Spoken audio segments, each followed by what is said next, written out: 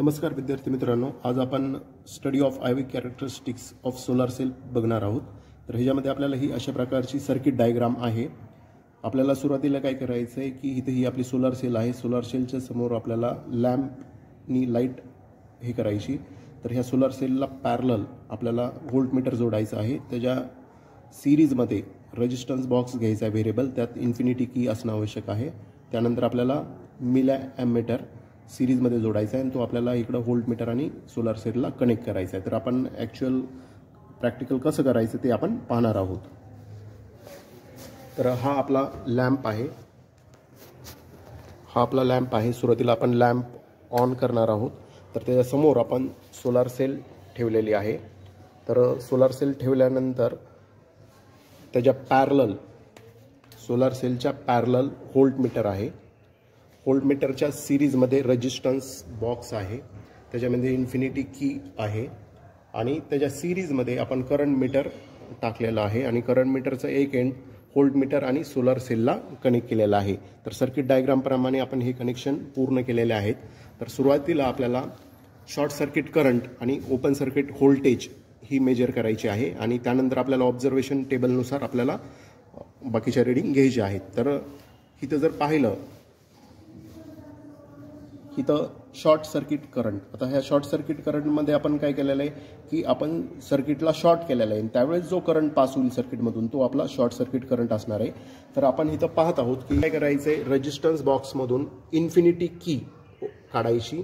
ती इन्फिनिटी की काढल्यानंतर आपला काय होणार आहे, हे सर्किट ओपन होणार आहे। सर्किट ओपन झाल्यामुळे सर्किटमधून करंट पास होणार नाही, त्यावेळेस आपल्याला करंट 0 भेटेल आणि त्यावेळेस आपल्याला व्होल्टेज भेटेल आणि हे व्होल्टेज असणार आहे त्याला आपण म्हणणार आहोत ओपन सर्किट व्होल्टेज। तर ते आलेलं आहे। अशा पद्धतीने आपण open circuit voltage note down केलेलं आहे। आता आपण पूर्ण की जोडलेल्या आहेत आणि आपल्याला इथं शॉर्ट सर्किट केलेलं आहे, शॉर्ट सर्किट करंट भेटलेला आहे। आता आपल्याला ऑब्झर्वेशन टेबलमध्ये 100च्या डिफरन्सनी रेजिस्टन्स व्हॅरी करायचा आहे आणि त्या रिस्पेक्टिव्ह आपल्याला व्होल्टेज आणि करंट नोट डाऊन करायचं आहे। आता आपण रेजिस्टन्स बॉक्समधून 100 ओमची की काढणार आहोत।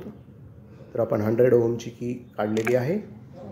तर 100 ओमची की काढल्यानंतर आपल्याला काय करायचं आहे, रिस्पेक्टिव्ह व्होल्टेज आणि करंट आपल्याला नोट डाऊन करायचा आहे। अशाच पद्धतीने नंतर आपल्याला 200 ओमची, 300 ओमची अशी इन्फिनिटीपर्यंत आपल्याला काय करायचं की काढायची आहे आणि रिस्पेक्टिव्ह व्होल्टेज आणि करंट आपल्याला ऑब्झर्वेशन टेबलमध्ये नोट डाऊन करायचा आहे। तर तो अशा पद्धतीने आपण नोट डाऊन करत आहोत आणि पूर्ण आपल्याला इन्फिनिटी ओमपर्यंत इन्फिनिटी काढल्यानंतर आपल्याला व्होल्टेज आणि करंट आपण नोट डाऊन केलेला आहे। आता आपल्याला याची कॅल्क्युलेशन करायची आहे। तर अशा प्रकारे आपला टेबल आपण एक्सेल शीटमध्ये टाकलेला आहे। त्याच्यामध्ये आपण रेजिस्टन्स, व्होल्टेज, करंट आणि व्होल्टेज मल्टिप्लाइड बाय करंट हा पॉवर बी आपण शेवटच्या कॉलममध्ये कॅल्क्युलेट केलेला आहे। तर आपण करंट वर्सेस व्होल्टेज किंवा व्होल्टेज वर्सेस करंटचा ग्राफ आपण काढलेला आहे।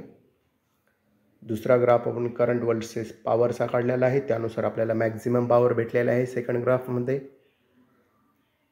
आता आपण इथे पाहत आहोत की open circuit voltage, maximum voltage, short circuit current, maximum current आपण इथे ग्राफनुसार आपल्याला कॅल्क्युलेट करायचे। मॅक्झिमम करंट आणि मॅक्झिमम व्होल्टेज आपल्याला तिथे भेटेल आणि शॉर्ट सर्किट करंट आणि ओपन सर्किट व्होल्टेज ही आपण सुरुवातीला मेजर केलेलीच आहे, ती आपण इथं नोट डाऊन केलेली आहे। आणि आपण इथे maximum power, maximum voltage multiplied by maximum करंटनुसार कॅल्क्युलेट केलेली आहे।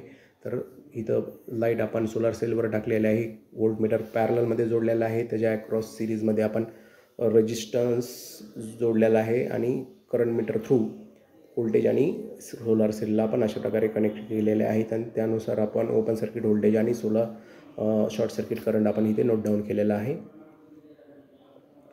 तर त्यानुसार आपल्याला इथे भेटलेली शॉर्ट सर्किट करंट, खाली भेटलेलं आहे ओपन सर्किट व्होल्टेज आणि जिथं आपल्याला मॅक्झिमम पॉवर भेटलेलं आहे त्याच्या मॅक्झिमम पॉवर भेटलेलं आहे त्याच्या अक्रॉस जे व्होल्टेज असणार आहे ते मॅक्झिमम व्होल्टेज आणि करंटवर जो असणार आहे ते मॅक्झिमम करंट आपण नोट डाऊन केलेला आहे.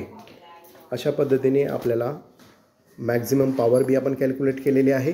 Maximum power he maximum voltage multiplied by maximum current आहे.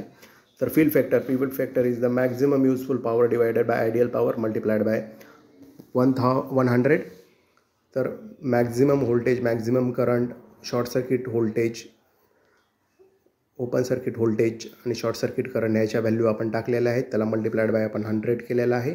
अशा पद्धतीने आपण फील्ड फॅक्टर कॅल्क्युलेट केलेला आहे. तर अशा पद्धतीने आपण सविस्तर एक्सपेरिमेंटली सोलार कॉन्स्टंट ह्याच्यामध्ये फील्ड फॅक्टर कसा कॅल्क्युलेट करायचा व मॅक्झिमम पॉवर कशी कॅल्क्युलेट करायची